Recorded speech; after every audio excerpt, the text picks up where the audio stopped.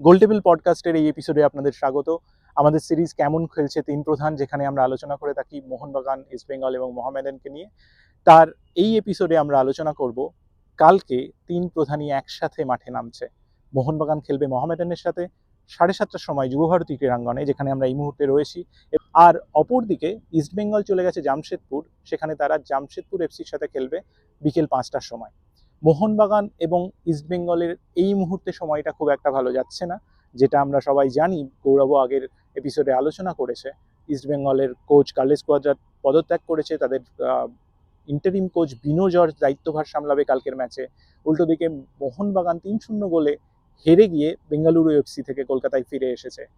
এই মুহূর্তে তিন প্রধানের মধ্যে সব থেকে ভালো অবস্থা মোহামেডান স্পোর্টিং ক্লাবেরই। তারা 3টে ম্যাচের মধ্যে প্রথম ম্যাচ খুব অল্পের জন্য হেরে গেছে, সেকেন্ড ম্যাচ এফসি গোয়ার মতো টিমের সাথে ড্র করেছে, এবং শেষ ম্যাচে তারা চেন্নাইন এফসিকে অ্যাওয়ে ম্যাচ জিতে ফিরেছে চেন্নাই থেকে।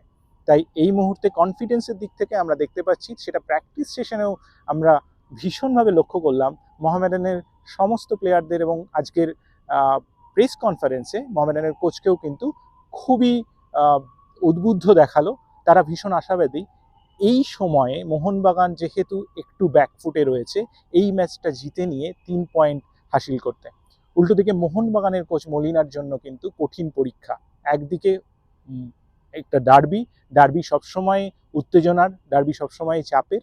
আর এই মুহূর্তে মোহনবাগানের অবস্থাও পয়েন্ট টেবিলের দিক থেকে খুব একটা ভালো নয়, এবং শেষ ম্যাচেই 3-0 গোলে তারা হেরেছে। এবং মোহনবাগানের খেলা কিন্তু, মোহনবাগানের এবারের যে টিম, যেরকমভাবে তারা বিভিন্ন সাইনিং করিয়েছে, দামি প্লেয়ার এনেছে, তারকাদের এনেছে তাদের টিমে, তারপরে কিন্তু মোহনবাগানের খেলা দর্শকদের একেবারেই সন্তুষ্ট করতে পারছে না। মোহনবাগান সমর্থকরা কিন্তু এই মুহূর্তে ভীষণভাবে ক্ষুব্ধ তাদের কোচের ওপরে, কারণ তাদের কোচ এখনও অবধি মলিনা কিন্তু স্টার্টিং 11টাই ঠিকভাবে সিলেক্ট করতে পারছেন না। বিভিন্ন ম্যাচে আমরা বিভিন্ন প্লেয়ারকে দেখছি শুরু করতে। সেট 11 প্লেয়ার যেটা আমরা বলে থাকি, সেটা কিন্তু আমরা দেখতে পাচ্ছি না মোহনবাগানের কোনো ম্যাচে, যে পরপর 2টো ম্যাচে বা পরপর 3টে ম্যাচে একই গ্রুপ অফ প্লেয়ার স্টার্ট করছে। সেখানে কালকের ম্যাচে আমরা যেটা শুনতে পাচ্ছি, আলবার্তোকে আজকে প্র্যাকটিস সেশনেও দেখলাম, আলবার্তোকে ফিট লাগছে। কালকের ম্যাচে আলরেডের বদলে আলবার্তো খেলবে, মনবীর শুরু করতে পারে। আশিক কুরুনিয়ানো প্র্যাকটিসে নেমেছেন, আশিক কুরুনিয়ানো অ্যাভেলেবেল থাকবেন। স্টার্টিং 11-এ না হলেও তিনি হয়তো সাব হিসেবে পরবর্তী সময় নামতে পারেন। উল্টো দিকে আমরা যদি চলে যাই ইস্টবেঙ্গল এফসির দিকে, ইস্টবেঙ্গলের ইন্টারিম কোচ বিনো জর্জ কালকে সাংবাদিক সম্মেলনে এসে বললেন যে তার খেলোয়াড়দের ওপর তার পূর্ণ আস্থা রয়েছে এবং তারা কঠোর পরিশ্রম করছে। তিনি জানেন যে লাস্ট কয়েকটি ম্যাচ খুবই বাজে গেছে ইস্টবেঙ্গলের জন্য, কিন্তু এই মুহূর্তে জামশেদপুর এফসির সাথে 3 পয়েন্টের লক্ষ্য নিয়েই তারা জামশেদপুরে গেছে। কিন্তু এই ম্যাচটা ইস্টবেঙ্গলের জন্য একেবারেই সহজ হবে না, কারণ জামশেদপুর এফসি কিন্তু ঘরের মাঠে খুবই ভালো ফর্মে রয়েছে।